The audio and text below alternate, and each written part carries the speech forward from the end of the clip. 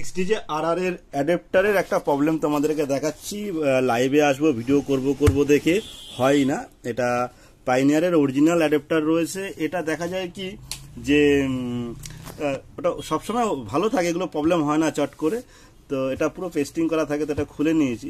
দেখা গেল তুমি বাড়িতে রেখে দিয়েছো, একটু ইচ্ছে হলো প্রোগ্রাম করবো বা কোনো প্রোগ্রামের শোতে চলে গেলে, তখন লাইন দিলে ফটাস করে একটা আওয়াজ হলো আর লাইন আসলো না, তখন এই অ্যাডাপ্টারটা খারাপ হয়ে যায়। তো বাড়িতে অনেকেরই হয়েছে, যেরকম বাড়িতে বসে রয়েছে, এই গানগুলো একটু প্র্যাকটিস করি, তো লাইন দিলা ফটাস করে আওয়াজ হলো, এমসিবি বাড়ির সব কিছু নেমে গেল, ঠিক আছে। সেই ক্ষেত্রে দাঁড়িয়ে অ্যাডাপ্টারটা নষ্ট হয়ে যায়।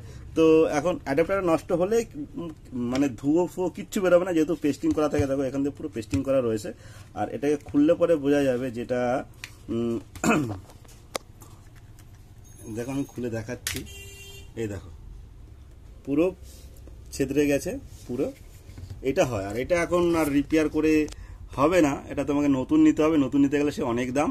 আর অন্য কোনো সেম ভোল্টেজ সেম কিছু হলে তখন তুমি ওটা নিয়ে নিতে পারো, ঠিক আছে। আর এটা অন্য 12 ভোল্ট, মানে এই জ্যাকটা কিন্তু পাওয়াটা একটু চাপ হয়ে যায়। এই যে জ্যাকটা আছে না, এই জ্যাকটা পাওয়াটা একটু চাপ হয়ে যায়। কিন্তু এটা এখন বাদ, এটা অন্য কোনো অ্যাডাপ্টার কোম্পানি যেটাই হোক চলবে, সেটা নিয়ে অসুবিধা নেই। কিন্তু মাথায় রাখতে হবে অন্য কোম্পানির অরিজিনাল একটু ভালো মাল নিতে হবে, ঠিক আছে। ডুপ্লিকেট মাল নিলে একটা রিস্ক হয়ে যায়।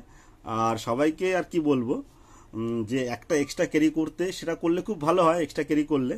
যাই হোক, ভিডিওটা সবাইকে শেয়ার করে দাও। যদি কারো জিজ্ঞাসা হয় ফোন করে জিজ্ঞাসা করতে পারো।